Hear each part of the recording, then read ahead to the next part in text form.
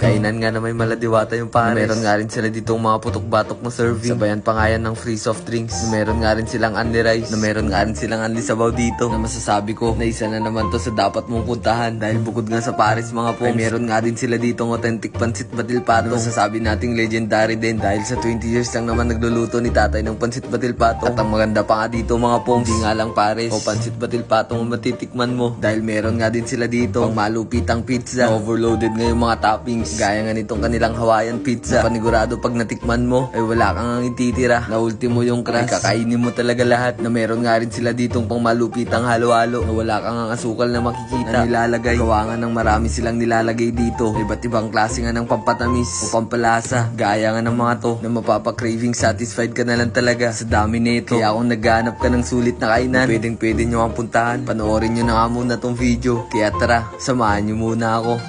At dahil paulan-ulan na naman dito sa Agayan, hanap nga muna tayo ng pampainit ng katawan na paresan o pansitan. Sakto nga may nabalitaan tayong bagong kainan na matatagpuan nga lang sa bayan ng Peña Blanca, Cagayan. Na kapag may nakita na nga kayong ganyan sa daan, ay pasok nga lang po kayo dyan. Meron nga lang konting rough road na dadaanan. So marating na nga natin itong kanilang kainan na Duding's Pares Overload at ang kanilang mala old school na pansiteria. Kasama rin pala natin yung mga sikat na vlogger, Tugegaraw at sa Isabela, na si Kuya Notch Vlog at si Kuya 3F Moto Venture. Kasama nga rin natin dito pogi na si Menong's Vlog. At syempre hindi mawawala dito ang kaibigan nating friendly si Anoy TV. At bumisita nga rin sa atin si Idol Kapasada. At syempre hindi rin mawawala dito yung mga pambato natin sa Pansit Batil Patong eating contest na si Steven, Kuya Bob at si Idol Jem Vlog. Kaya mabalik nga tayo sa kanilang Pares Overload mga pongs, na ang nilalagay nga nila ay yun nga ang kanilang pang malupitang karahay. Nilalagyan nga din nila yan ng chicharon bulaklak at yun nga mismong karne ng baka. Masasabi din talaga natin na panalo at sulit na din. Nasa halagang 100 pesos mga pongs ay pwede mo na matikman yung kanilang overload pares na unlimited na nga rin yung rice plus may kasama pang soft drinks. At ang malupit pa nga dito mga pongs ay yung kanilang unlimited na sabaw na hindi nga rin magpapauli pagdating sa lasa.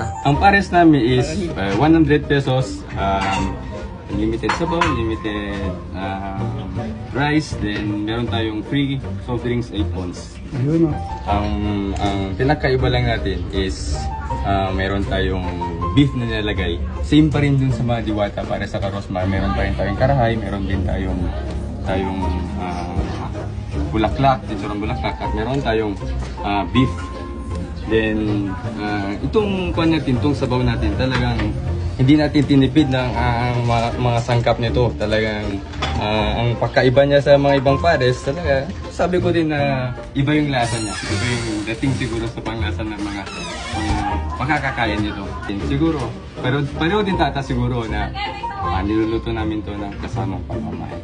Pero bago nga natin tikman yung kanilang Pares Overload mga pongs, ay syempre silipin naman natin yung kanilang Pansit Batil Patong na may pagka-flat nga yung Mickey nilang ginagamit. Ang toppings din nila dito mga pongs ay may mga gulay gaya nitong repolyo, sprout na dinadagdagan pa nga yan ng patola. Kaya kung mahilig ka sa mga gulay pagdating sa Pansit Batil Patong ay pwede ka nga dito. At syempre hindi rin mawawala sa Pansit Batil Patong pang malupitan nating cara beef na meron nga ding bagong luto na liver. Ilang years ka na nagluluto ng pansit? Matagal na sir, 20 years na. Marami na akong restaurant na tinanggalin. Hotel. Galing ako sa Ivory, Kevin Carlay, Hotel Lurin. Sa Dudings po, ilang taon ka na dito? Ay, bago pa lang yan. Wala pa lang nagbukas ito. Ay, ba? Kabila pa kami nung Sa Bengue po. Lumipat kami dito. Saan yung pagluluto natin tayo? Okay. Happy pag maraming customer. Kaya pa naman po. Kaya? Pag madami. Kaya. Mostly tayo lang kilo po na luluto natin sa isang araw. Di pare-pares sir. 30 kilos, 20 kilos.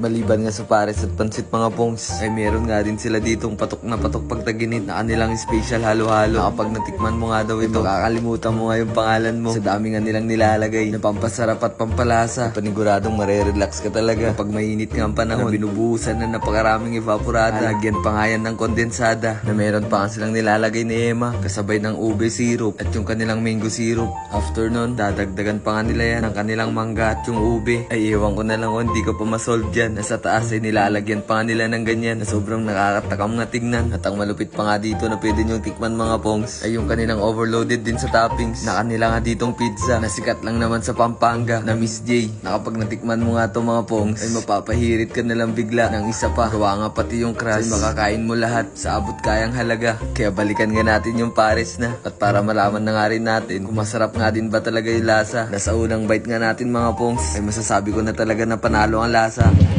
Yung pares nila mga po, may tatlong klase silang nilalagay.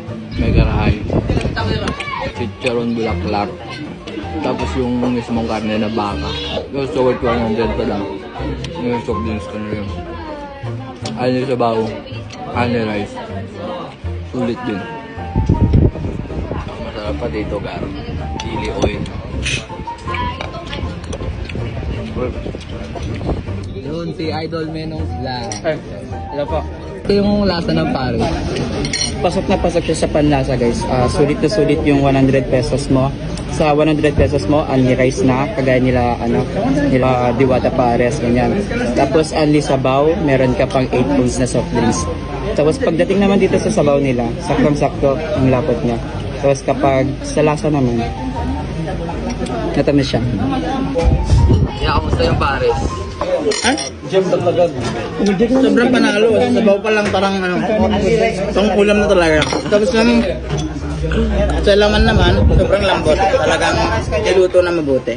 At syempre, hindi rin tayo papaya. Hindi nga matikman yung kanilang pansit patil patong dito. Kaya banatan na nga rin natin to. Na syempre, ang unang gagawin ay maglagay ng sibuyas syempre. Pampasarap yan kumain. Dating sa pansit. Kaya sa unang bite, kahit na medyo malamig na nga yung pansit dyan, ay masarap pa rin nga itong kainin. Kahit medyo malamig mo yun, malalasaan mo pa rin talaga yung lasa ng pansit mo.